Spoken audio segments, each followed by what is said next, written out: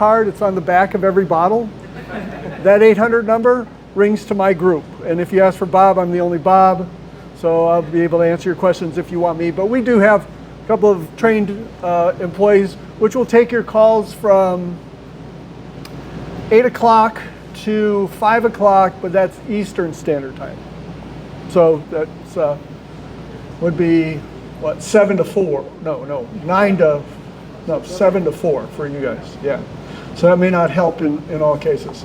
Now the other thing that we do also is we have 2 people who do testing in the laboratory. So if there's a question that comes up that I don't have an answer for, one of the advantages I have is I've got a couple people who will come up with some testing to determine what the correct answer for that. And so we'll be passing along some of the things that we've kind of come up with and found out that's really a little bit different from what the typical wisdom is for wood gluing. So today we're going to concentrate on wood gluing. Now we do other adhesives, and I'm more than happy to answer those questions. This is going to be more of a question and answer session. You guys got a question, just raise your hand. Let's answer it right away. If I've got a slide for it, I may say hold off on that. We'll get to that. But if it's just me presenting stuff to you guys, you'll be asleep and I'll be able to sneak out. But my flight's not till tomorrow, so that wouldn't be any fun either. So we're going to talk about wood. Wood's the original composite, right? I mean, trees, they come in a variety of sizes. It's light, strong, easy to work with, and it's beautiful. And that's why we love to work with wood. You can make some gorgeous things with really some simple joinery, some simple gluing. You don't have to be an expert at this. But one of the things that we want to look at is, because wood is a natural product, there are some properties of wood itself which will give you differences with gluing. So we want to talk about those. And the first one I like to talk about is wood density. And this one is kind of a no-brainer. The lower the density of the wood, the weaker it is. The higher density of the wood, the stronger it is. Now, why does that make a difference, right? So we had a gentleman call, this was a couple of years ago, and normally we get these calls and they'll say, I need your strongest wood glue, right? And so I asked the gentleman, I said, so what are you doing? He goes, well, I do model airplanes. And if you know anything about model airplanes, typically they use balsa wood. And balsa wood's going to break somewhere between 30 to, I believe, 80 psi. And that's pounds per square inch. And we do that in a shear. Typically it's done in a shear test. Now why that makes a difference is he really doesn't need my strongest adhesive. So how we look at adhesives is we look at what's called the chain of adhesion, right? Because the weakest link in that chain will be the one that breaks, right? So you have substrate A, you have the interface between substrate A and the glue, then you have the glue itself, which has a certain strength to it, then you have the interface to substrate B, and then the strength of substrate B. If I had a chunk of metal glued to a piece of paper, do I need the glue strong enough for the metal? No, right. So the glue is going to break somewhere where that paper is, and that's usually around 40 psi, right? Most of my glues, I mean, you've got a sample of Titebond 3, that'll go up to 4,000 psi. As a matter of fact, we are finding it difficult to find wood strong enough to test the glue, right? Because if the wood breaks, I'm not testing the glue, I'm testing how strong the wood is, right? And so in those cases, the strongest glue that we have, just to answer that question, is our speed set. And that'll go up to about 4,100 psi. So if you want to think about that, 1 square inch, glue it to your car, and then lift your car up, right? I mean, that is the types of strengths that you're looking at there. And in most cases, most of your joinery and stuff isn't going to be seeing much of that stress at all. The second thing we want to look at is moisture content. So when using a water-based wood glue, there is a certain point where the wood itself will have so much moisture in it that it will not allow the glue to dry. And that's about 17% moisture content. And this tends to be important because we also have to look at what we call the microclimate of the surface of the wood as you're gluing it. And quickly the gluing surface right underneath where the glue is will quickly get to that 17%. And so, but we want to be cognizant of that. So when we do testing, and all of the information that you're going to see in this presentation is done at 8% moisture content, 70 degrees Fahrenheit, 50% relative humidity. So if you are drier than that, if your humidity is drier than that, the glue will dry faster. Humidity is higher than that, obviously it will go slower. Now if you're using a moisture curing adhesive, that's going to be the opposite, right? So if it's drier, there's not as much moisture in the wood as moisture in the air for that glue to cure, because it will chemically cure. And therefore, so it's going to be opposite of that. So we have to be cognizant of the chemistry of what we're using. In most cases, we're using the water-based wood glues. They tend to be most cost-effective for bonding wood. But in those cases where your moisture content is above 12%, we probably want to push you more to utilize a polyurethane glue that will react with the moisture, the higher moisture content that you have. And so, but the issue is with the urethane glues is they are chemically reactive. They will chemically react to your skin. You cannot wash them off, so wear gloves. They will foam. When urethanes react with moisture, they release carbon dioxide. That carbon dioxide is just like shaking up a can of soda. It will cause it to foam. That foam tends to be weak, so you have to be careful in those cases when using a polyurethane to clamp it properly. And we'll kind of go through some of the clamping strengths and stuff as we go along. So like I said, any questions, raise your hand. We'll take care of them as we go along. So the other thing with wood is, because it's a natural product, it doesn't expand and contract in the same directions, right? And so when we look at a tree growing from the roots to the top of the tree, we call that the longitudinal direction. And we can really, in terms of moisture changes in wood, we can kind of forget it. It doesn't move that much, kind of a small amount in relation to the other ones.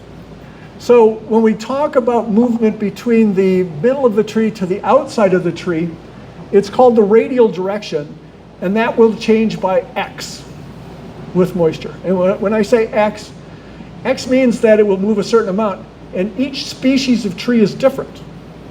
Okay, we'll have a different movement to it. And there's tables that you can find on the internet that will tell you specifics if you're an engineer.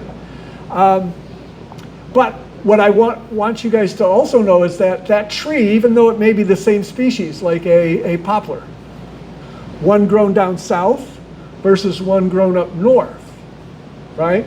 So the ones grown up north will change differently than those grown down south. It has to do with the density of the cellulose in the wood, which is what absorbs that moisture and causes size changes. Now the other direction that we need to look at is what's called the tangential direction. So it's in this direction. And typically for every wood, that will be 2x. It will typically shrink twice as much in the tangential direction than it will in the radial direction. And when we kind of understand that when we see, say, a log that's out in the sun drying, right? The outside of that log dries faster. And what happens is because it changes more in that direction, you'll see them split, right? And that's because the outside is shrinking more than it's shrinking towards the middle. And so you'll get splitting of the wood in that direction. And that will give some issues sometimes. And this is more, we see this more in tabletops. So in a lot of cases, you're not going to see it on maybe a mortise and tenon joint, but a side-by-side board across the tabletop. If I took boards that were 6% moisture content and had a board in the middle of it, which was at 10% moisture content, eventually those boards will reach equilibrium. And on the bottom it shows 6%. So that middle board at that point in time will become smaller. Now the other part of that is you also want to look at, let's say I put maple here and another species in the middle here. If they were all at 6%, the changes in that, as the moisture changes, you will get differences in height of that material. Now, in this particular drawing, we show that this is a plane sawn board, right? With a plane sawn board, when we talk about tangential and radial dimensional shrinkage, right? So when we look at this, with a plane sawn board, most of that shrinkage is going to be in the tangential direction, right? Which is going to shrink the boards this way. And what's going to happen is the boards on the boards with the outside rings versus the inside rings, the boards here will shrink more than they will on this side. And so that's why plane saw boards tend to cup over time. And this is just the natural process of that board after it has been planed with changes in moisture content. So what you want to do as woodworkers is you want to make sure that that board is at its usable moisture content before you really do that final sanding, final planing. Now, if these were rift or quarter sawn boards, that grain would be going in this direction, right? And in that case, a rift or a quarter sawn board will tend to shrink more in thickness than in width, right? So we want to be cognizant of the wood that we're using. And why that becomes important is that will, with plane sawn boards, that this will not be as evident as if you're using quarter sawn. Okay, so we want to be cognizant of that when we are designing our projects. The other thing we want to look at, and we get a lot of calls about this, it's called the sunken glue joint. Yes, there's a question. On the moisture shrinkage, does it shrink more if there's more moisture to begin with? On the amount of shrinkage because of the moisture, like does it? You said you want to plane it after it's been climatized, but does it shrink more the more moisture in it, or is that irrelevant? So if the board then picks up moisture from when you've planed it, it will grow up to 30% moisture content. After 30% moisture content, that wood has taken all of the wood that all of the moisture that the cellulose will, and then it'll start filling it in what's called free water. Basically, it's water that's just hanging out into the wood pores themselves. Once you get to 30%, all of the water is what's called bound water, and that bound water is associated with the cellulose. And so anything that goes above the moisture content will cause the wood to grow. Anything lower than that will shrink it. And in this particular case, we've taken some boards and we've glued them up. And then we've sanded it before the wood has had a chance to equilibrate. And what happens is now I've got the board that looks great because it's flat after sanding, but because I've got water in the glue lines, eventually that wood will shrink. And what will happen is you will get a dip along the glue lines. The issue is that water-based wood glues tend to do not shrink with moisture changes. And so what will happen is you'll feel a ridge. Do we have any segmented wood turners in the group? Somebody does it, but he's not here. But it'd be good to learn some stuff. We can report back. Yeah. So we see this a lot with segmented wood turners, which are gluing things up, and then they're turning things right away. And what happens is those glue lines are swollen, that you turn it, and then you sand it, and eventually what will happen is you get to feel every single glue line. And even on a tabletop, it may get to the point where you can actually see the dips in the table. Now, we'll usually get calls, and the caller will say, your glue is extruding from the glue line because I can feel it, right? And what my statement to him is, and everybody here has scraped dried wood glue, right? Hard plastic, chip the wood right off, right? So my statement back to them, and usually I kind of play with them a little bit, and if it's been you guys, I'm sorry, I apologize. But I ask them, so what I'll usually tell them is, well, how much pressure do you have on that? How much force are you putting on that board? And they'll go, you can kind of hear are you kind of crazy? Why did you even ask me that question over the phone, right? And they'll go, it's a tabletop, for gosh sakes. Well, there's no pressure on it.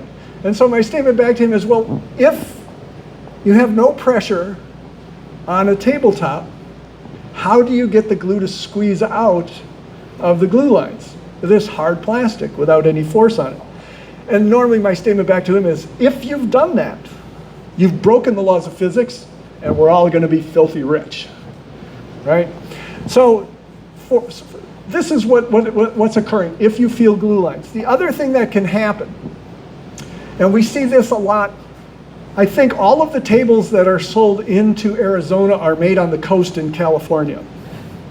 And so what happens is, as the wood dries out, it will naturally shrink.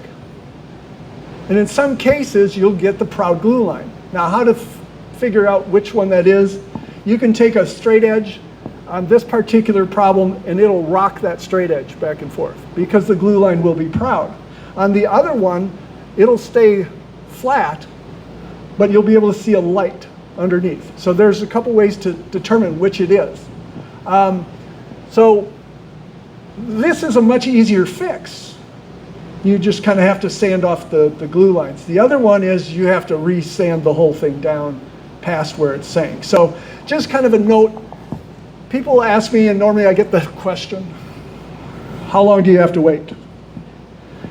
And the question, and the answer to that is, I don't know. And the reason I don't know is because I don't know what the environmental conditions are in your shop, right? So in this particular case, how long will it take for the wood to, acclimate or to equilibrate? If you want a guarantee, which is probably why you're calling me in the first place, my statement's going to be wait 3 weeks. And at that point, you guys are looking at me going, that ain't going to happen. That's just not going to happen. So what I will say is, if you wait 24 hours, you've got a 50-50 chance of it being correct, right? And your shop's going to have to be pretty dry. If you wait 3 days, probably about 90% of that problem's going to go away. And again, if you're doing tabletops, very important, right? Very important for a tabletop. Because I have seen in some cases where that shrinkage is such that the finish will actually pop off of the glue line, and you'll get white stripes down the table. And again, it's always the glue's fault, just remember. So again, we want to just be cognizant of that. If you are selling something that's going to go someplace warm, more humid, you're okay. Because what will happen is the wood will expand, your finger will not feel a divot in that wood. It's very good at feeling a bump, right? 0.02 of an inch, your finger can feel. And so you just be cognizant of those things that can occur with those moisture changes. What's your preferred method of testing the moisture in the wood? So does anybody have a moisture meter? We have one here. Pin meter? So the moisture meters are great, but if you've been working with a wood for a certain period of time, if you know your favorite wood, you'll know just the feel of the heaviness of the board will change, and you'll get a feel for that. But a moisture meter is going to give you an exact, and we see a lot of issues right now with moisture changes because the kilns that are out there, I mean, there's a big need for wood, and the kilns are working hard to get wood out. And what's one of the ways to get more wood out of a kiln? Either too fast, or instead of 8% moisture content, you let it out at 10% or even higher, right? And so we've been seeing a lot of the door manufacturers for cabinet doors. What will happen is if your rails and stiles are at different moisture contents, as they shrink, they'll start breaking. They'll break right along the glue lines. In a lot of cases, when we open them up, we see that it's actually the wood that has failed in there. But it looks like the glue is, and most of those calls start with "your glue sucks," and we just want to make sure. That's kind of why I'm out here to kind of dispel that rumor and to really look at what are those processes that could be occurring that makes those problems come up. So the next thing we want to look at is the stuff that's in wood, right? So the pitch, oils, contaminants, extractives, things like that. So basically, who here believes that wood glues work mechanically through the pores of the wood? Raise your hand. Who believes that it's a chemical bond to the cellulose of the wood? Yeah, there's no answers to that, right? And I'm a chemist, so I get to do stuff, and there's no falling asleep on this. But if wood glues worked through the pores of the wood, what would be your strongest bond? End grain to end grain, right? End grain to end grain would have the most pores and would therefore, if that was correct, give you very strong bonds. But that is not correct. Wood glues bond to cellulose, and we're kind of going to go through this, why that is. So they bond to the cellulose of the wood, and therefore, if you have oils or stuff, you have to get rid of that. So how it works, it's through this oxygen and hydrogen bond. It's a hydroxyl group, is what it's called. Oxygens love electrons. Hydrogens, they're okay with them. They're willing to give them up. So the oxygen pulls an electron over, and it gives it a net negative charge. Whereas the hydrogen gives up that electron and ends up with a net positive charge. So in essence, this is atomic neodymium magnets, right? And that is how they bond together. What it's called hydrogen bonding, where you have the oxygens kind of interrelate to that hydrogen on the other bond. And so the wood glues actually have hydroxyl groups on them, and that's how they work. Okay? And so kind of like, you know, you take one neodymium magnet and put it on your fridge, right? It's hard to pull off. But I can pull it off. But now let's take 1,000 of them and try to pull them off all at the same time, right?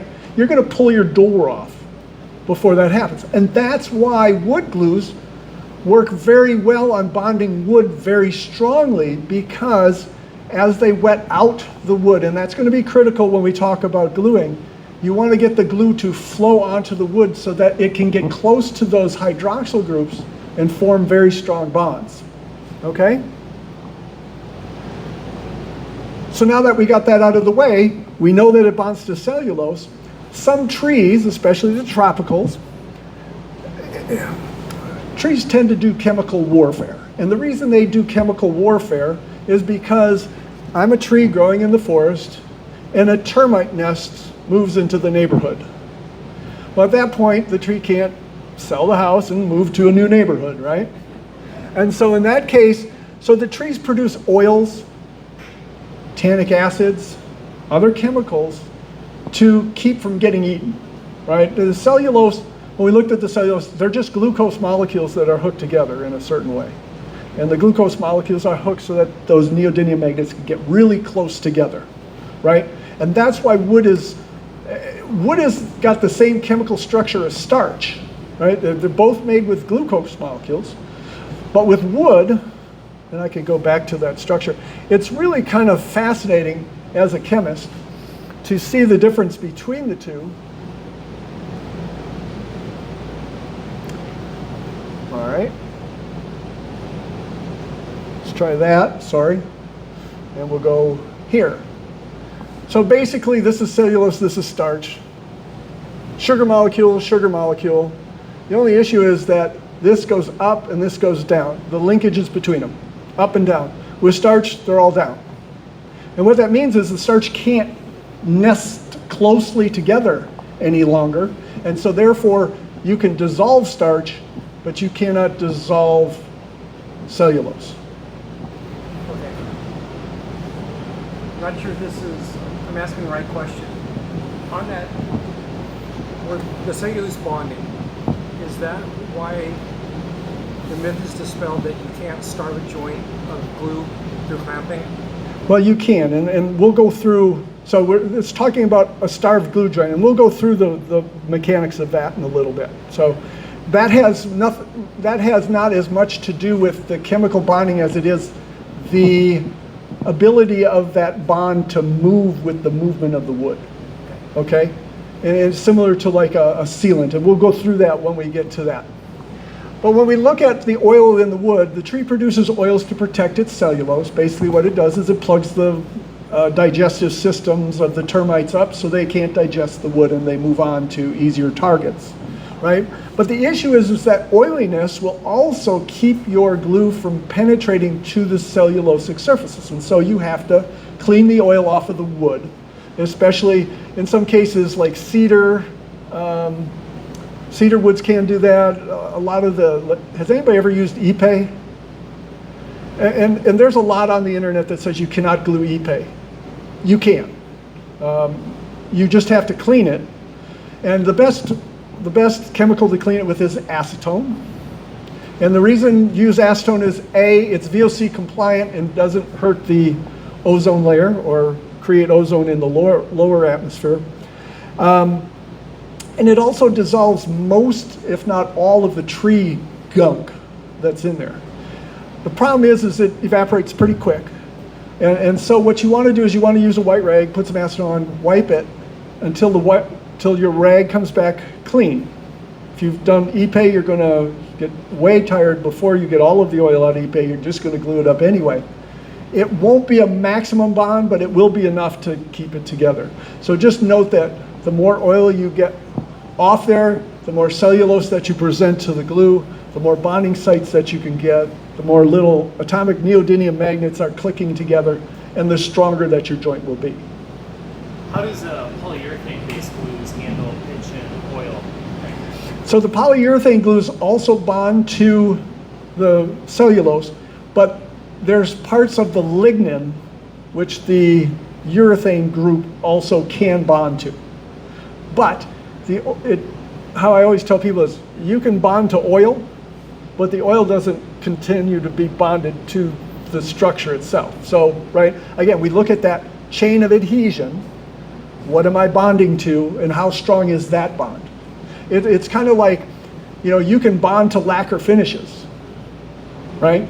But the glue will pull the lacquer finish off, and now you're just as strong as that lacquer finish adhesion to your wood, right? So again, you just know what you're bonding to. In this case, yeah, you bond to oil, but that layer of oil will quickly just slough off of the surface. And so you're going to get some weakness there.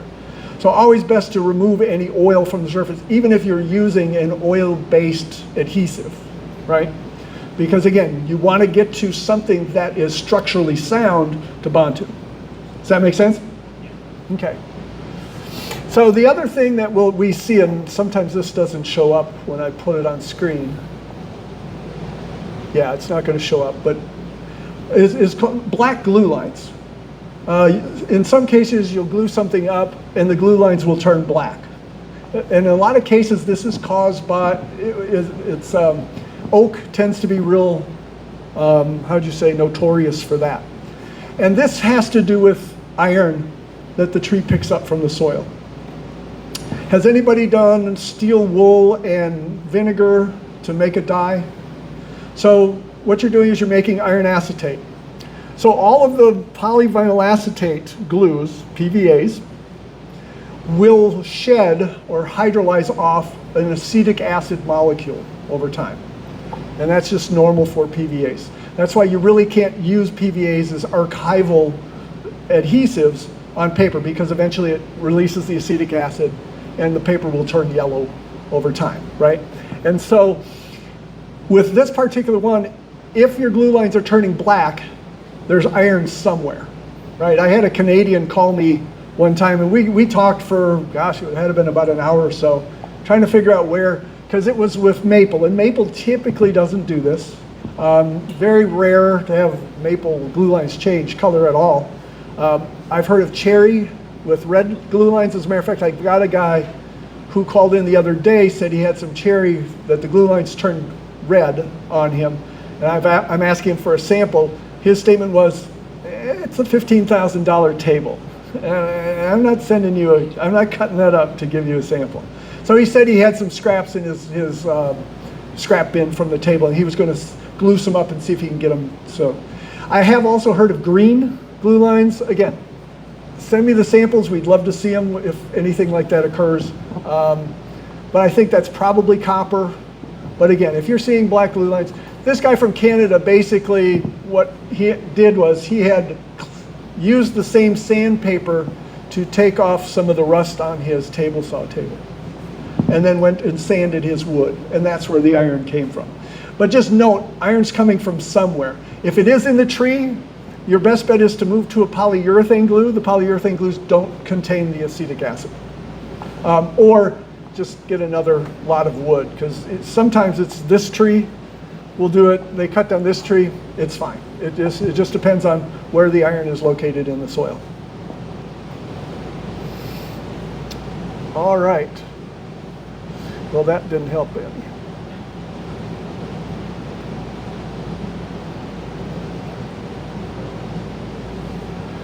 So let's take a look at some gluing applications, right?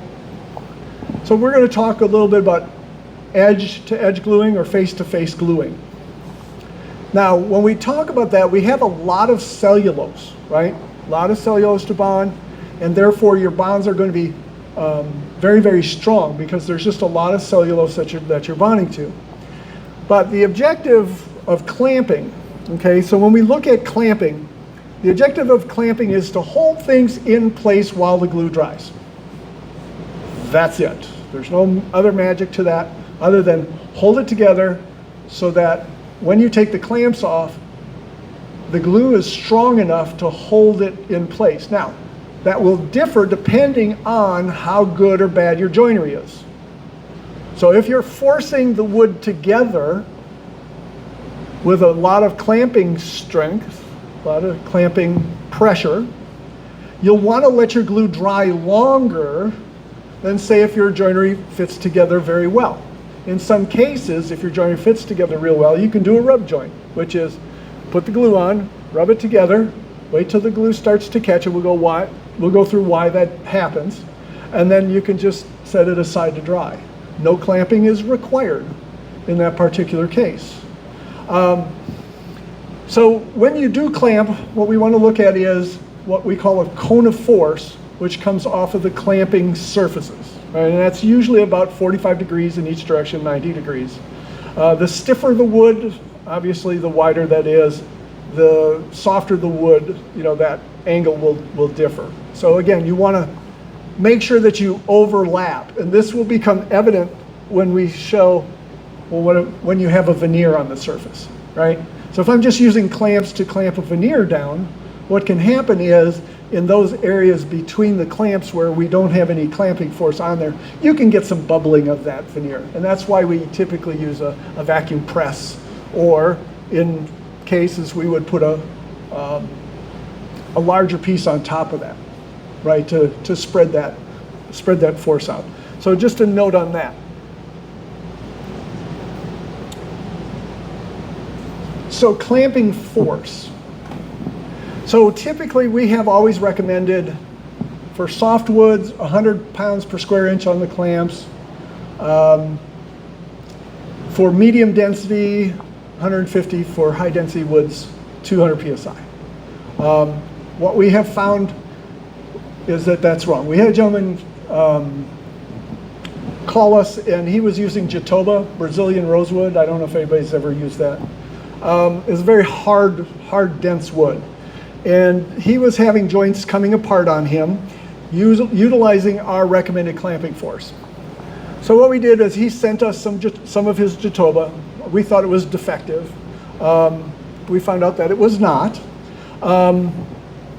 So what we did was we took poplar, which is a softwood. We took maple, which is a medium density, and then his Jatoba, Brazilian rosewood, as a high density. And we used 3 different clamping forces. One is we took just a 5-pound weight, put it on top of the bond, and it worked out to be about 0.6 psi in terms of clamping force.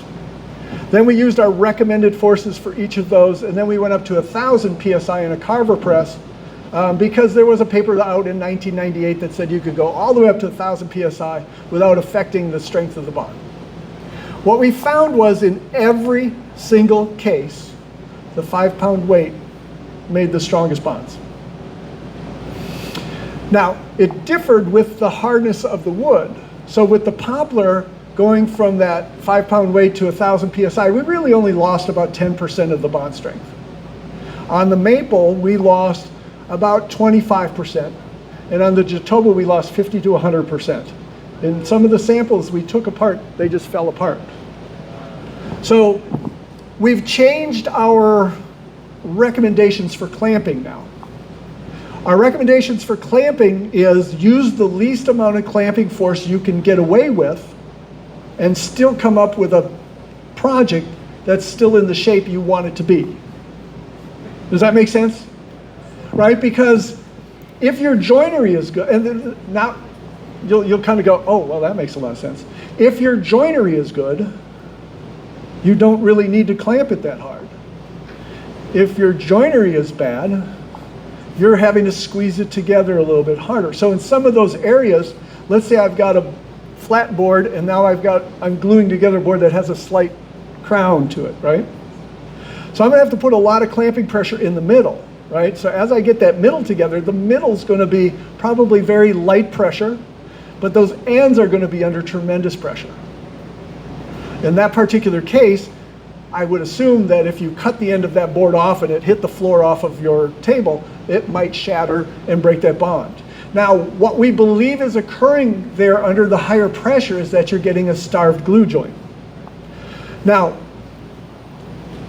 we don't have an electron microscope which would kind of tell us that, because then I could actually measure the thickness and see how much glue is actually in there.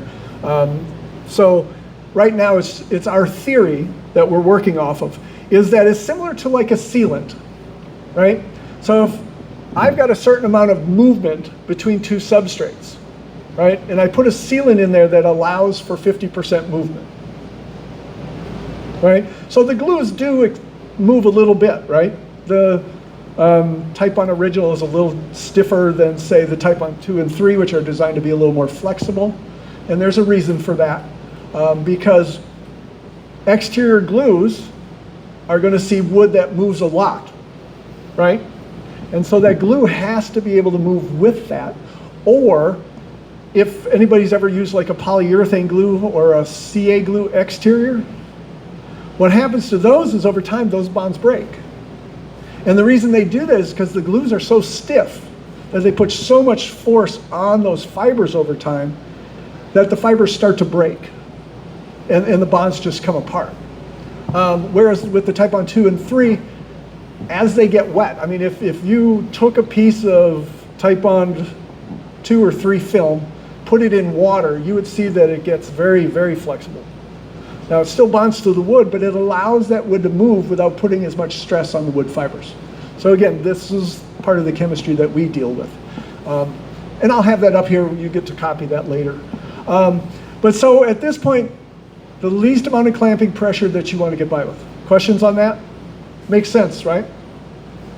So now comes my favorite part, which is, how does glue dry? So this is it. This is what glues look like under a microscope. It's not rocket science here. They are just little microscopic balls of plastic that float in water. That's it. In the middle of the particles is PVA, polyvinyl acetate. On the outside is polyvinyl alcohol, which is actually what sticks to the glue, to the wood. The PVA actually, if you did not have the polyvinyl alcohol around the outside, the PVA doesn't stick to wood. Not very well at all. The polyvinyl alcohols have hydroxyl groups on there, has many, many hydroxyl groups, and that's what sticks to the wood, okay? Now, what happens when glue dries? Basically, they're far apart, and the particles just get closer and closer together as the water evaporates and is sucked out of the glue by the wood until they start to touch. Once they start to touch, the wood gets to its what I call the putty point. Everybody's taken glue between their fingers and rubbed it, right? Very slippery. After a while, it starts to set or putty up on you. If you took that glue at the point where it puttied up on you, spread it on wood, clamped it together, it would not bond the wood, right? So at that point, the putty point is where the glue is no longer effective. So where is that? Where is that point? Well, theoretically, if I took a bunch of marbles, put them in a jar. I could add a third of that with water still. So at 66 or 66.7 or 67% solids, 33% water, that's where the putty point is, okay? Most wood glues are about 50% solids, like Titebond 2, 3 original, they're about 50% solids. The speed set glues are at 60% solids, and that's why they set faster. I have 7% moisture to work with on the speed sets, and I have 17% water to work with on the other ones, right? And we talked about moisture moving into the wood bond itself, right? So at 17% moisture content, the wood no longer wants to absorb any more water, right? So these are what's going on during that gluing process. And everybody's pushed glue with their finger, right? And you feel it drag on your wood right away. Well, just note that at that point, you are forming a glue line right away. The wood has soaked the water out of the glue and actually has made that puttyish along the surface of the wood. And that happens almost immediately as soon as the glue hits the wood, until the wood gets satisfied with the amount of moisture that it has, right?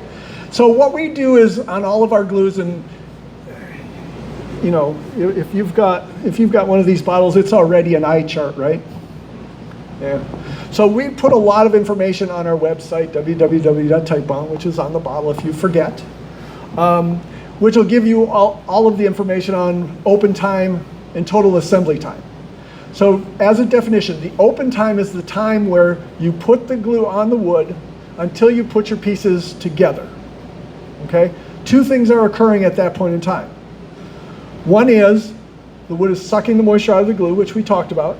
The other thing is the air is evaporating glue off of the surface, right? So once that glue hits that putty point, whether it's on the surface, by the time you put your other piece together, at that point it's not going to form a bond, right? So that's the open time.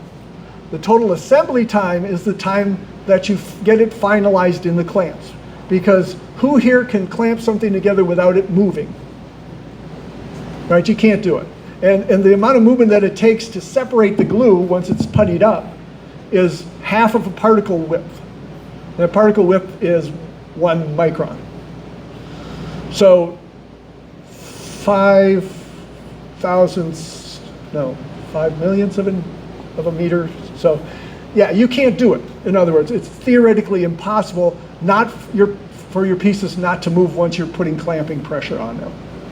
And so that total assembly time is the time, and Titebond 2, I don't know if anybody's used Titebond 2, it's notorious for tacking up very fast, right? So our glues, we design our glues to either be very fast, and Titebond 3 is really our easiest to get, slowest one.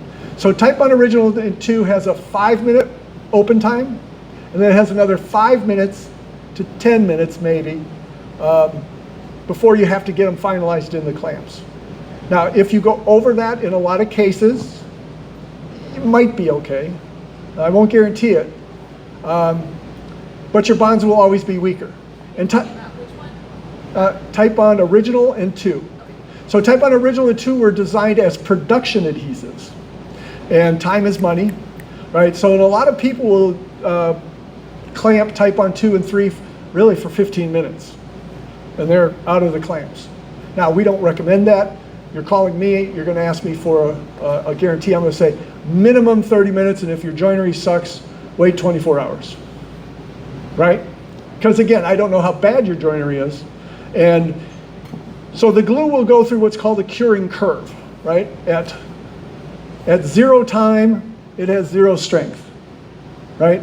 Then Titebond 2 will have a sharper curve.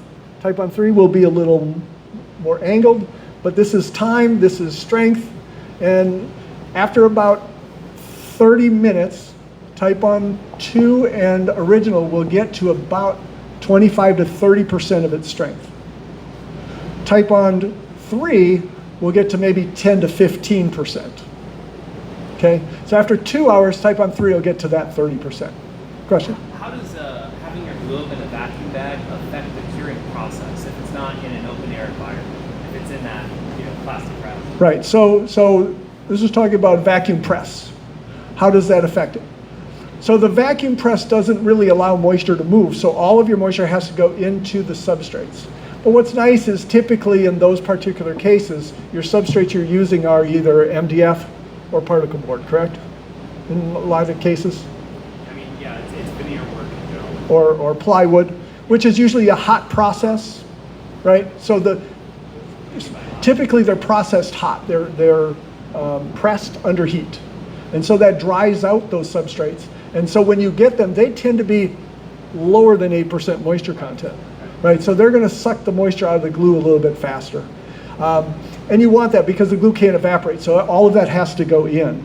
But on the other hand, unless you're using a really, how do you say, curly burl, I mean, there's not a whole bunch of stress that's being put on that thin substrate to want it to pop off the surface, correct? And so again, the objective of the glue and the clamping process is to hold the pieces together until the glue gains enough strength to overcome the forces that want to take that piece apart. Now, again, that's why good joinery works better than bad joinery. Flat veneers work better than burls. So in some cases, you're going to have to get a feel for, well, how much does that want to warp and twist, right? Because fixing it later is awful. So you want to keep it in there long enough. A lot of people tell me, well, how long is that? You want a guarantee? I'm going to tell you 2 hours. Now, people taking them out after 20, 30 minutes, yeah. I mean, I've seen it. The issue that you come into is you can use faster setting glue on these veneers, such as the speed set. Again, you're working with only 7% moisture content. That wood's going to suck that out very quickly. You can use that, but the problem is you've got to spread the glue over the surface. Longer open time. So you want a longer open time, but you also want long open time, but you want long set or short set time. It's two opposing processes that you're working with, right? And so again, you want to just be cognizant of what is the glue doing in that particular instance. Okay, so who here is a one-sided gluer? Raise your hand. Who's a two-sided gluer? Raise your hand. You guys are all correct. So the issue with being a one-sided gluer or two-sided gluer is there's advantages and disadvantages to each one, right? So if you want to have invisible glue lines, you have to be a single-sided gluer. And the reason is because if you put glue on one side, you're starting a glue joint. And I'm going to put glue on the other side, I'm starting another glue joint. I put them together, I have a glue joint that's always going to be twice as thick, right? But the problem with being a single-sided gluer is that you better get a timer because you better follow that open and total assembly time to the letter, if not quicker. Being a two-sided gluer, you use twice as much glue, and we thank you. The disadvantage there is, again, the thicker glue lines, but also there's just a lot of squeeze out. And so you're kind of fighting that process. Now, one of the advantages of being a two-sided gluer is you're assured that the surfaces are getting wet out with glue, right? As a single-sided gluer, you're making the assumption that that layer, the top layer of glue, is wet enough to, when I put my second piece together, that it is flowing onto the surface and that it hasn't gotten to the putty point in any portion of that glue line, right? So again, I will leave it to you guys to make the decision which is more important to you guys, right? And so that becomes the issue. All right? So the thickness of the glue is 250 square feet per gallon. What does that work out to be? It really only needs to be 2 copy paper sheets thick. You don't need a lot of glue. Question? On your opening assembly time, so like if you're doing a cutting board, you got a bunch of glue on there, does your assembly time start as soon as you put it together? No, your open time is when you start putting it on that first piece. So if you've got a lot of different pieces to put together, again, Titebond Original 2 Titebond original in 2, 5 minutes open time, 5 to 10 more minutes to get it in the clamps. Titebond 3 is going to give you 10 minutes of open time, 20 to 25 minutes to get it in the clamps. And it's a little more forgiving. Titebond 2, which is our most notorious one, that's the one we get most of the calls on, that my glue sucks, that my pieces are falling apart. We'll ask for samples, and in every single case that we've seen, it's been because they exceeded the open time on 2. And it is very evident. You'll have glue on one side, and there'll be no transfer of glue to the other piece. And you can actually see it. In some cases, there's a little bit of transfer, and in those cases where it was a little bit thicker and had a little more glue, you could see where it's pulled some fibers off of that side. But for the most part, it just releases from the other side. Now, Titebond 2 kind of has open time, and then bam. I mean, it's done. Whereas Titebond 3 has open time, right? And so in some cases, Titebond 3 is a little more forgiving in that case. But again, you want to get an egg timer. If you're a two-sided gluer, you kind of, so the objective is all I need is liquid glue to flow, even if it's one single layer of glue when I put them together. Right, that layer will actually get them to mold together, right? That's all I need. With two-sided gluing, I've got twice as much of that going on, right? So again, as I squeeze out the glue, it's squeezing out glue, and then I've got a layer that's in the middle that still is liquid. How does thinning the glue with water affect its performance? So you can thin any of the water-based wood glues 5% without affecting the strength. Every 5% addition of water after that will reduce the strength by about 20%. But it will also reduce the viscosity by 50%. And so a little bit of water goes a long way with reducing that. Now the issue is if it gets too thin, then as you clamp it together, you can end up with a starved glue joint. So again, you need some glue in there. And what we have found is that you double-sided gluers, your bonds are actually a little bit stronger. So the thicker the glue lines, the stronger the bond, in some cases up to 25%. And we did the testing where we were determining, can you take a glue joint apart and then re-glue it? So let's say you got Titebond 2 to the putty point on that surface, right? So yes, you can wet the wood, and that's going to help kind of dissolve that piece. And if it hasn't gotten to where it's formed a thick skin, then you're correct. Yeah, it's fine. Wet glue, wet wood. Right, and that'll work because it'll kind of suck them together, so to speak. And that'll work, but just note that you've wet that glue, and this is actually a way to get an infinite amount of working time for your glue, is to wet the wood joints. And then just take over your glue up area. If you take a humidifier, ultrasonic humidifier, blow air over it, get the relative humidity over the gluing area above 100%, your glue won't ever dry. And so you can get an ultimate unlimited amount of working time, but just remember, you've put more water in your glue joint. Remember we talked about the sunken glue joints and all of that. It's going to take longer for that glue to dry because the glue has to dry through the wood, and the wood now has above 17% moisture content. And so it's going to take longer for those joints to, say, set up properly or get to the full strength, right? So instead of that 3 days will take care of 90% of the problem, it may be a week or longer now. Again, just note that there are issues with adding. The same thing occurs on that joint with wood glue. So I put wood glue on there, that wood absorbs the water. Same thing happens. I now pound my mortise and tenon together, and I've scraped off all the glue. But the joint feels pretty good, right? But for how long? Have I starved the joint of glue at that point in time, right? So in a lot of cases, yes, you have. So most of the, quote, repair that people call us for repairs are on mortise and tenon joints. Mortise and tenon joints typically take the most stress, especially in chairs, as people rock back on them, and that force on there is tremendous on those joints.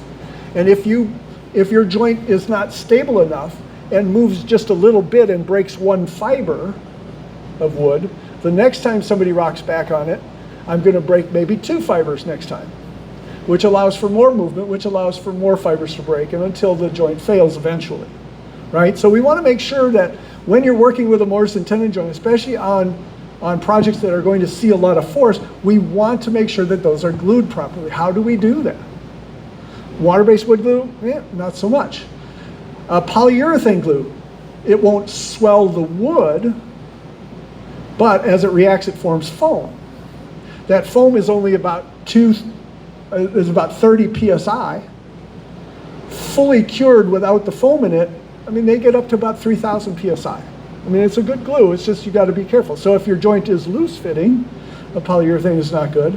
If it's loose fitting and you use a water-based glue, eventually the water-based glues are about 50% solids, and they're going to shrink. As they shrink, they're going to leave some airspace in there. That airspace is going to allow for maybe some movement of that joint. So how do we glue them? My recommendation in a lot of cases is to make them just a tiny bit loose and use an epoxy. So an epoxy, when it cures to the same size as when you filled it. It doesn't shrink. So therefore you can, if your joint is a little wavy on the inside, it'll fill all that waviness and support every single fiber in there. Okay? So let's talk about dovetails. What's the objective of a dovetail? If you get your pins and tails correct, right? So the objective of a dovetail joint is to take all of the force in the direction that it's typically going to see and not worry, it doesn't worry as much about the other forces, right? So I have seen people taking glue, putting on every single pin and tail, gluing it, and they're using Titebond 2, and by the time they get it together, I know that most of those joints aren't going to hold very well at all. But doesn't matter, right? It's a mechanical locking joint.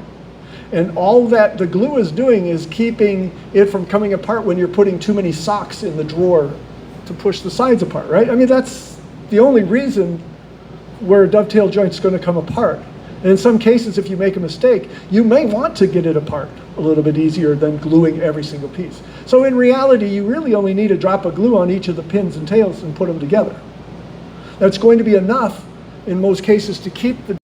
Now typically we'll get calls from Canada starting in October, and they'll move down through the country where people call, you know, your glue sucks, it's turned kind of chalky, so it must be a bad lot of glue. Well, in this particular case, we know because we can follow the temperatures around the country, and we'll actually in the winter, we look and see, okay, who's freezing today? And we'll typically get a couple of calls in there. 3 years ago, it got so cold that we were getting calls from Louisiana, and we never get calls from Louisiana. So again, it can happen here, but just note there is a temperature at which it works. Titebond 3, which is our easiest to find, coldest temperature, will go down to 45 degrees. If your shop's below 45 degrees, it's uncomfortable to work in anyway, so don't do it. But the other thing I want to note is, because the Canadians will call and they're like, oh, my shop's at 70 degrees. My glue's at 70 degrees. But they don't tell you that they just got their wood out of the garage, or if that's been outside. So the glue is quickly going to get to the temperature of the wood. Make sure your wood is at the temperature. Even if your glue's cold, if your wood is warm, that glue will warm up to the temperature of the wood very quickly. It's just a mass flow balance. So just a note on that. We talked about sunken wood joints. We talked about clamping time. We talked about clamping pressures, joint preparation. So you want to make sure, good. So typically, yes and no. So if you're hot and very low humidity, then yes. So again, remember we always test our glues at 50% relative humidity. Let's say today it's hot, but it's still 50% relative humidity, no problem, because everything's going to evaporate the same, right? But if it's hot and you're at 20% relative humidity, instead of that 5 minutes of open time, you may now have 2 or 1, right? So again, it's mostly due to relative humidity, moisture content of the wood. If your moisture content of your wood is at 4%, you may have a minute of overtime. Remember, that wood soaks moisture up very quickly. It wants to get to 17% moisture content. So, what if I forgot about the orange right now? Which glue? So Titebond 3 normally is kind of a brown color when it dries. So as long as it's still liquid in the middle, what can happen is it dries through the bottle. And Titebond 3 is so water resistant that it can dry on the surface, and the moisture in the bottle isn't enough to re-wet the glue. So yes, you can, but as long as what's in the middle still comes out, again, if it comes out of the bottle, you're good. Yeah. So what'll happen, so let's talk a little bit with shelf life while we're talking about whether glue is good or bad. So most of our glues are going to have a 2-year official shelf life, but you don't care about my official shelf life. My lawyers care about my official shelf life, right? Because we have to put a limit on them. They look great, but what happens is they break at a lower strength. And the reason for that is your 80 grit will damage the wood fibers typically so much that you're bonding to damaged wood fibers, which will then break easier from the wood. Again, remember, chain of adhesion. What am I bonding to? You know, everybody's pulled, had a little fiber hanging off a piece of wood, and you go, I'll just pull that off, right? And then goes into the grain, and now you got to get the wood putty out and fix that big divot that you've just put in your wood, right? So that's kind of what occurs. It's similar to that. The other thing is saw marks, right? So if your saw blade is how'd you say, vibrating a little bit, and you get some saw marks on there, again, you'll want to take care of those. If you burnish it, say your saw blade is dull, or your planer blades are dull, you're going to get a polishing of the surface. Or you may actually get some dark burn marks on there. So what's happening in that particular process is that heat is burning off the hydroxyl groups, leaving you behind carbon char. We don't bond to carbon char, we bond to the hydroxyl groups on the wood. And so in that particular case, you're getting rid of those bonds which I need, or the chemical groups that I need to bond to. So your bonds will be weaker. How much weaker? Well, it depends on how much carbon there is and how many hydroxyl groups are still there to bond to, right? So to get optimum, the best surface is a nice hand plane surface. Right? You're taking off that layer, there's no heat buildup to cause it to char at all, so that tends to be good. Hand sanding to 220, 320 grit. You use one of the sanders back there and it runs high speed, you can burnish, you can get some burnishing. So again, just be careful. Any burnishing, even the polished look, that polished look is that you've just burned off the surface of those, and it doesn't bond as well to that. All right? So now we come to the reason for this presentation, is the 5 steps of gluing. So by going through all of this preparatory work, these are going to be, oh yeah, that makes a lot of sense. So the first one we wanted to look at is to do a dry fit. One of the largest percentage of calls that we get on our helpline is to how to get things apart that they've put together wrong. And believe it or not, these things do occur. So we're going to ask you a couple of questions, right? And this is going to help us help you determine whether you can get those apart. So what type of joint? If I've got a peg to mortise and tenon joint, yeah, you're going to be cutting a new joint. Now, if it's a miter joint, in a lot of cases, using a hair dryer or a heat gun, make sure you don't scorch your wood, will tend to soften the glue. The glue will soften enough to break apart at 250 degrees. So if you've got an oven around the shop that's big enough to put your whole piece in at 250, you'd be able to pull it right apart. If you use a hair dryer, it's nice to have constant spreading pressure on that, like a spreader clamp on there. Just heat the joint, it'll typically slowly come apart. The glue will start to soften really around 200 degrees, but it really softens once you get past that 250 degrees. Okay, then we're going to ask is what type of glue. Some of the glues are not water resistant, so soaking them can sometimes help. If you get glue on your shirt, keep it wet, right? Just put a lot of water on it. Keep it from drying out. you don't want those particles to get closer and closer together to start sticking, right? Once they start sticking, then they're going to be harder and harder to get apart. Titebond Original is going to be a little bit easier. The mixture to use to soften any wood glue, even the water-resistant glues, acetone, water, vinegar. Even if it's been dry for a few days, soaking it will soften it. You'll be able to scrape it off and then repeat as necessary to get it out. You can use it on joints, but just note that you're putting acetic acid on wood, the vinegar, and so you'll want to neutralize that at some point in time, maybe with some baking soda or something like that, because it will affect the wood over time. If your shirt goes through the dryer and sees that 250 degrees where it melts it all together, wear your glue proudly, you're never getting it out again. So again, some joints are just going to be much harder to disassemble. And just note, some of the glues, like let's say you have a CA glue. CA glues will shatter like glass. If you can pop them hard enough, they will shatter. And that's why a lot of people will use them on the metal turning. So you get a ball peen hammer and just hit the metal plate, and that'll shatter that glue and release the piece. So again, CA glues are a little bit different in that particular. They tend to be much more, they're kind of, what I always tell people is they're a lot like plexiglass. So they're liquid. Once they cure, they're a lot like plexiglass.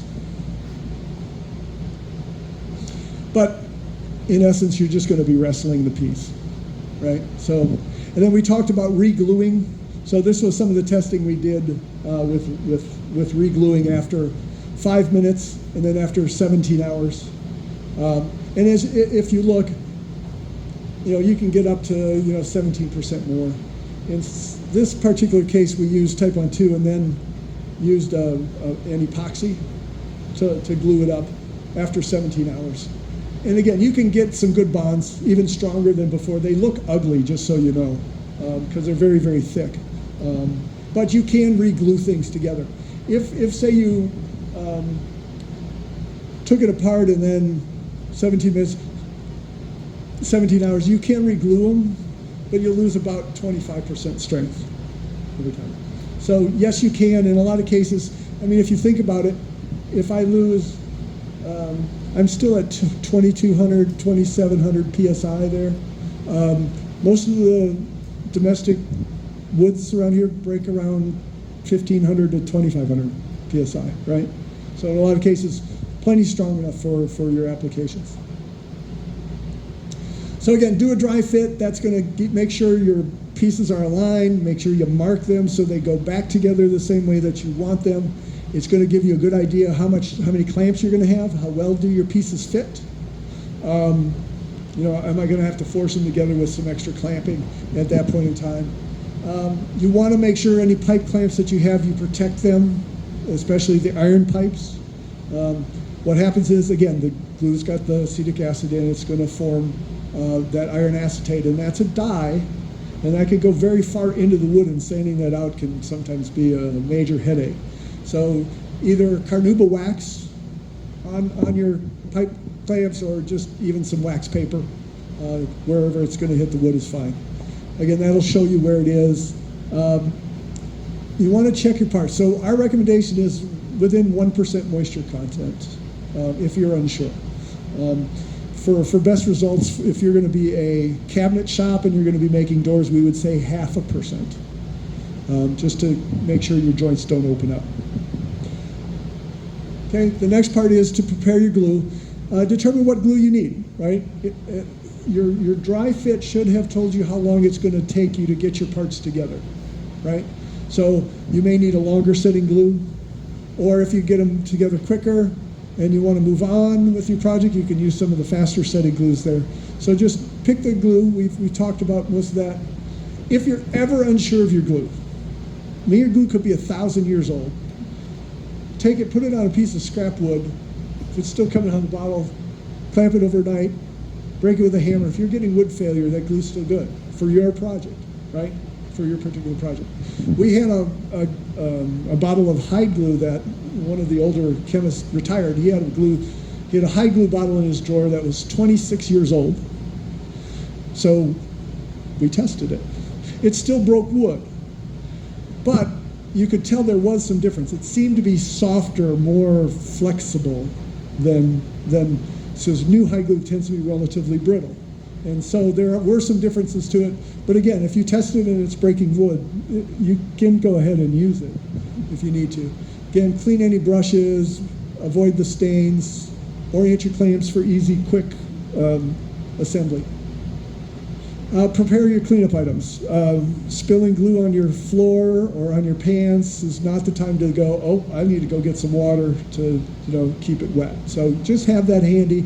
If you're using polyurethanes or epoxies, or get the right solvent there. Typically acetone works very well, mineral spirits in some cases. But just have that handy and put some plastic sheeting down, just to contain some of the drips.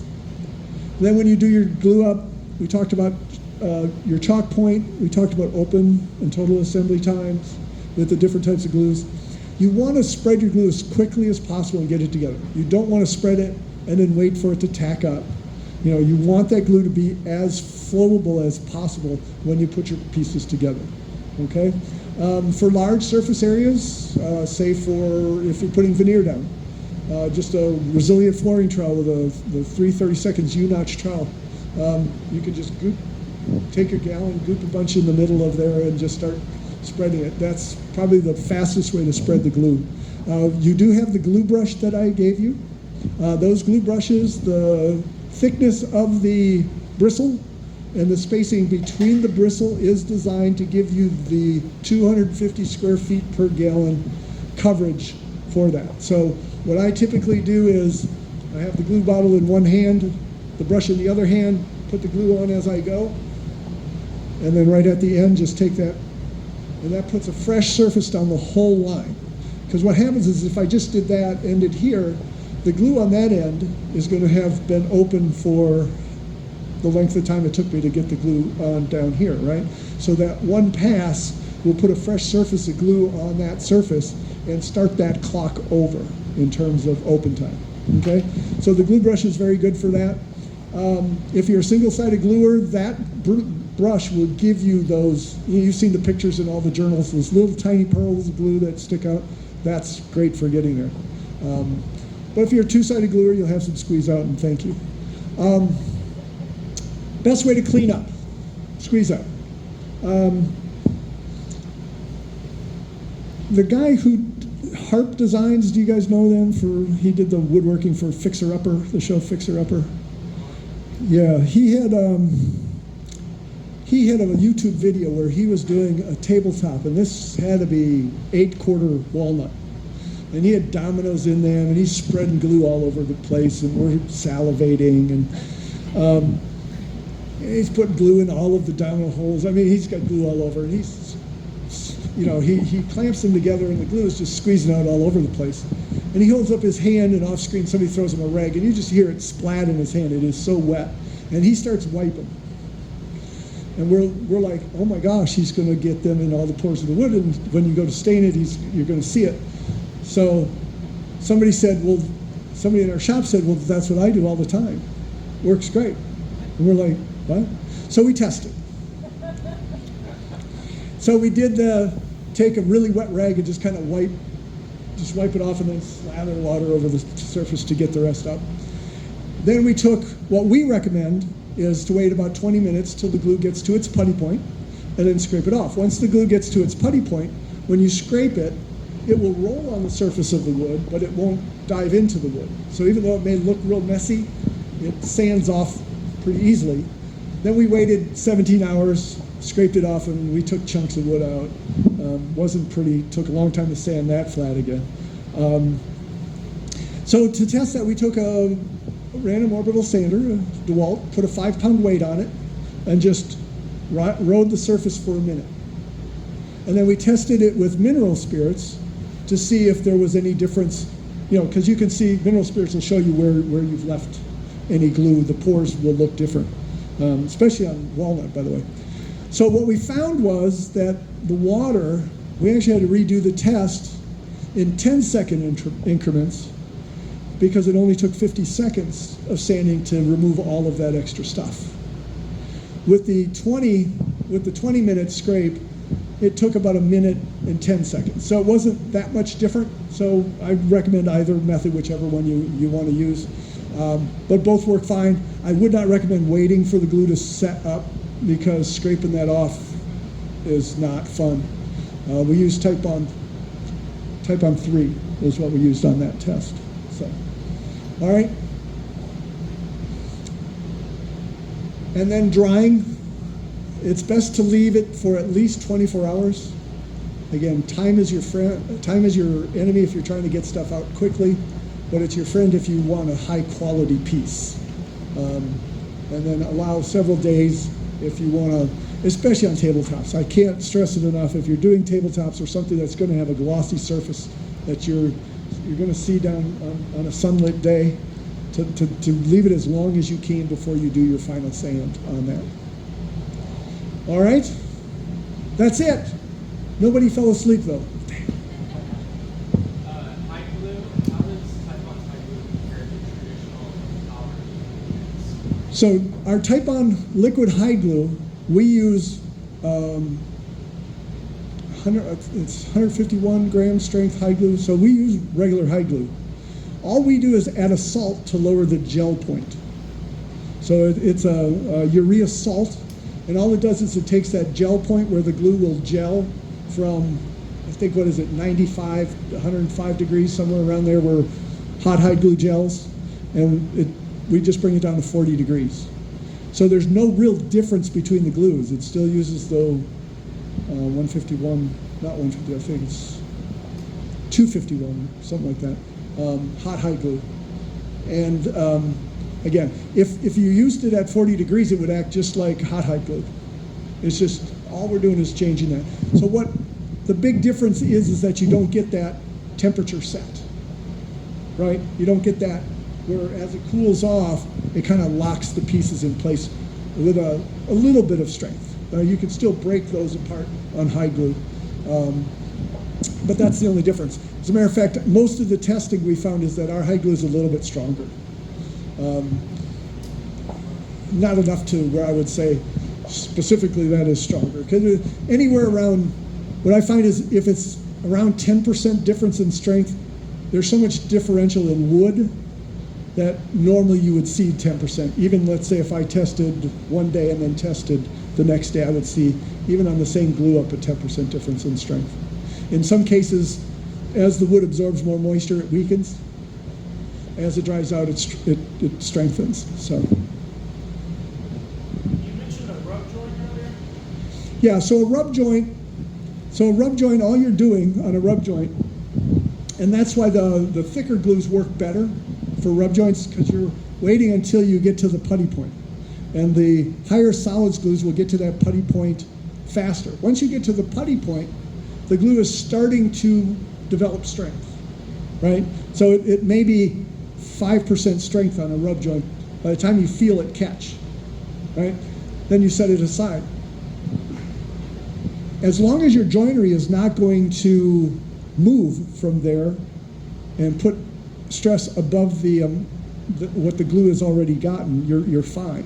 Now, if you're using a piece that has a tendency to warp, remember you're putting water on one side of a board, right? Which may cause it to move on you. But straight grain wood, rub joints, I mean, they use it all the time. I was trying to think who I was talking to. Michael Fortune, I think did some stuff over in Africa. And he said, they don't have a lot of clamps there, and most of what they do is rub joints. But their joinery is better, he said, than say some of the stuff that we do, on our machines and stuff. So, but yeah, they're fine. They're as strong, if not stronger, than clamped joints. So what's the intended use case of Titebond 2? Because like my shop, I use Titebond original, I don't need water resistance, and I need to set it pretty quick, and I don't need the overtime. I'll use Titebond 3 if I need the overtime, water resistance, or I want it to dry darker to match it with some wall. Right. Titebond 2, I've always found it just kind of annoying because it doesn't really hit any of those marks well. So what would be the use case? So the question, a couple of questions there. One is, what's the water resistance differences between 2 and 3? So 2 and 3 are actually made with the same base resin, but then with Titebond 3 we add a few things. One is a phenolic resin, which allows it to pass a boiling water soak. Who here boils their furniture? So in essence, the 2 and the 3 use the same adhesive base, but the phenolic resin actually doesn't react until the product gets up to, until the glue gets up to 160 to 180 degrees, which the test allows us to get to because we have to put it in boiling water, right? And so that it kind of cheats the test in a way where we can say, yes, we passed that test, but it would have no difference in terms of strength differential if you didn't boil it. It would be the same as Titebond 2. And so in a lot of cases, you don't really need that water resistance. I mean, we've had Titebond 2 for years, have never had a failure for any exterior use product. Since Titebond 3's been out, we haven't either. 3, though, the phenolic resin can soften the glue a little bit. So if, say, you're making a door that's going to see full sun and is stained a dark color, 3 can sometimes soften so much that it can't hold the joints together. Remember, that side of the door is getting very hot, and not only that, but that side of the door also is drying out significantly more than the inside of the door, and so that surface wants to shrink, and if the door is not allowed to curl in as it shrinks, then the wood itself will have to pop, and in a lot of cases the glue line will pop on Titebond 3, whereas with Titebond 2, if it gets to that point where it pops, it'll actually break the wood itself. And so in some cases it's better to use 3 for that, or tell people they don't need a solid wood door unless they got a porch protecting it from the sun. I don't understand people sometimes. But the other thing is color. So yes, the glues do have a different color. Titebond original has kind of a creamy color. Titebond 2 will kind of have an orangish color. Titebond 3 will have kind of a tannish color. But what I will tell you is you can add any color you want. Titebond original, the only reason it has color at all is we add a food dye.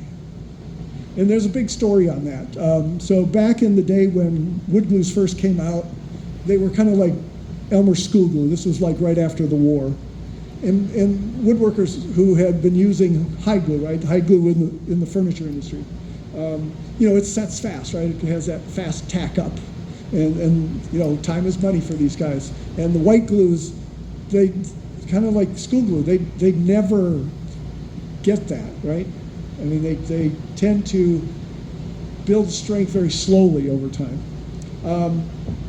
So they had to add phenolic resin to the white glues to get them to tack up. But the problem with the phenolic resins were once you put the resin in at the amounts that they needed to get to what the hide glues did, they only had a shelf life or a pot life of a day or two, right?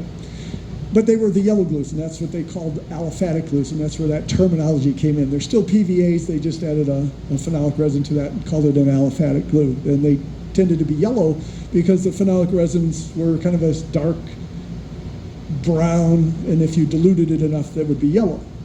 So Franklin, we were the first ones to come out with our Titebond original, and we figured a way how to do that without putting phenolic resin in it.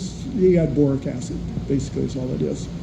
And that gave it that tack up, but it didn't add any color to the glue. So when we went out to sell the Titebond original, no one wanted us in the shop.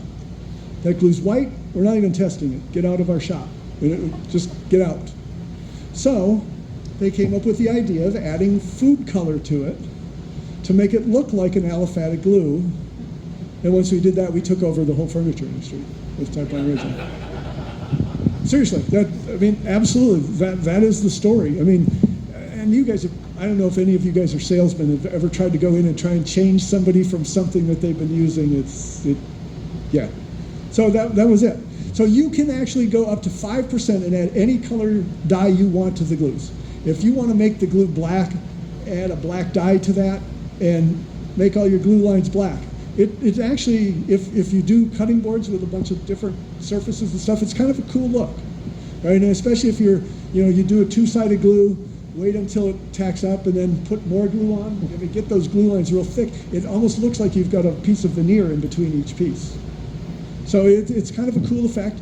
Do purple, you do yellow, do any color that you want. I mean, and so it can actually add an effect. The thicker glues there, you can add them to that also, and they'll give you the thick glue lines too. They're not as well. So who here has used a black CA glue, right? Kind of a similar thing, right? Any of them will work. The trans tints work. RIT dye works. You can add a pigment to there, but what I would recommend is, because the glues are 50% solids, take 50% water, 50% pigment, and then just add a drop of Dawn dish detergent to help that wet out a little better, and then add that paste into the glue. That'll help it disperse better and not be so gloppy when you put it in. So then on the 2 versus 3, if the water resistance is the same, or maybe even 2, is The benefit is the open time in most cases, yeah. But now if, say you're making a cutting board that may see a dishwasher cycle, boiling water, 3 is going to be much better. Yeah, yeah. But as long as you get above that 60%. So what happens with 3, it drops down till it gets to 180. So it's underneath the strength of Titebond 2. Once it hits that 160, 180, it bumps up above Titebond 2. So as long as it gets above there, it's stronger. And that occurs over time. So if you don't heat it above 160, it takes about 6 months to a year and a half, depending on the temperature that it sees, for that phenolic resin to slowly react. It will slowly react over time, but it takes a long period of time, right? And so that becomes the issue. Actually, original is also food safe, but we don't put it on the label because it's not water resistant, and typically you're going to need to clean the boards that you do. It's going to see water. So yeah, both are food safe for indirect food contact. We were working on, with the wine industry, they wanted to glue their casks together. And so we came up with a Titebond 3 that you could do for long-term food storage. But they thought that was, the owners of the company said, no, we can't do that. So cutting boards would be considered indirect because you don't store food in the surface, right? So it's intermediate contact. So we're talking for direct food contact, you have to be able to have it there for years without pulling any chemicals out. So.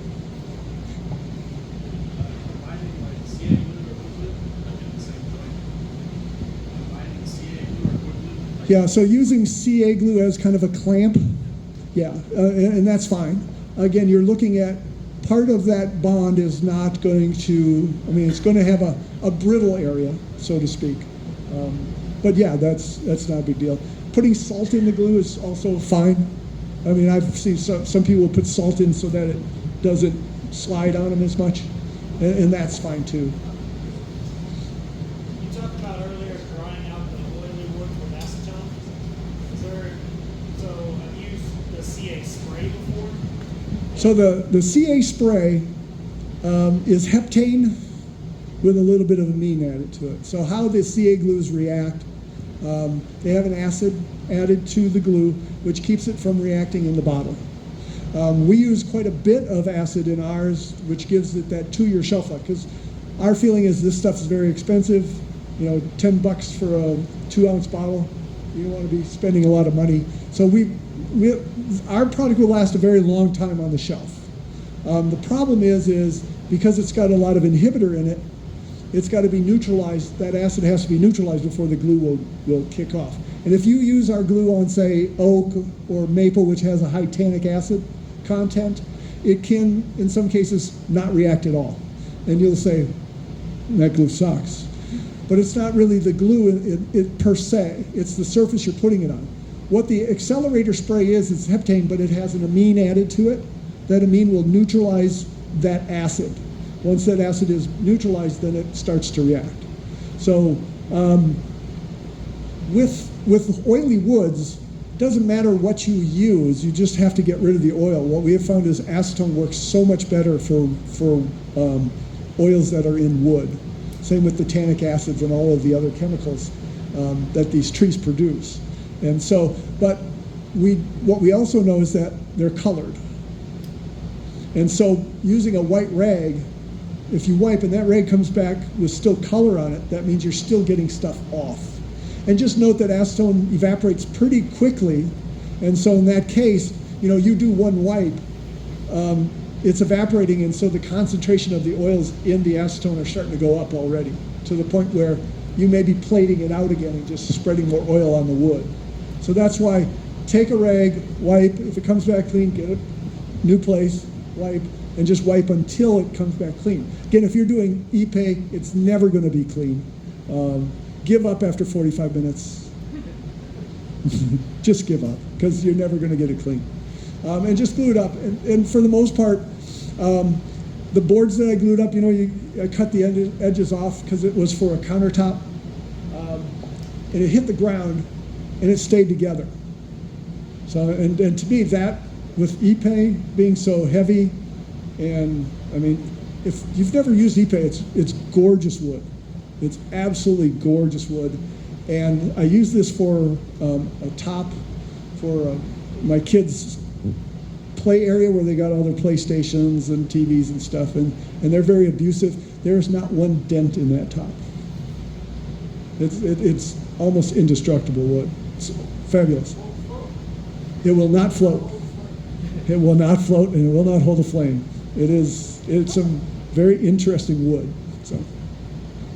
So that's all I have. I will stick around for a little while for other questions that some people don't like to ask in front of everybody else.